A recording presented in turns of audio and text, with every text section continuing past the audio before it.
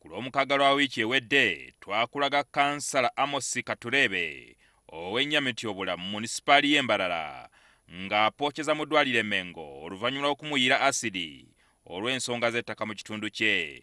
Ono amaze mu ddwaliro ly'e Mengo emyezi egikunuukiriza 4 olw'obuvune bwe yafuna era yategeeza nga bwe kyali kimuluma okulaba ng'abaali emabega w'okumuyiira asidi balya butaala ate nga waliwo n'obujulizi obumala obubaluma.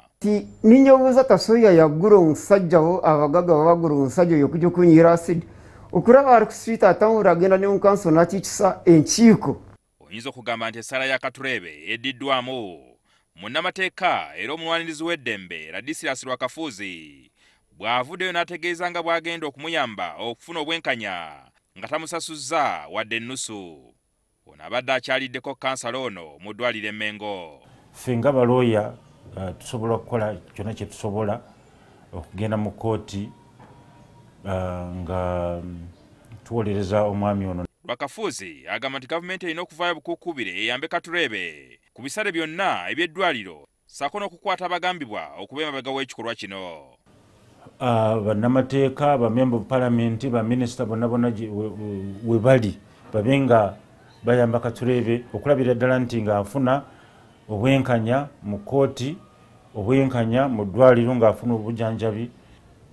Nsanyuse nnyo olwaleero okulaba omwami Rwakafuuzi andaganyiza nti agenze naye okulaba ng'akozesa ofiisi ye ng'akozesa enkwano gye.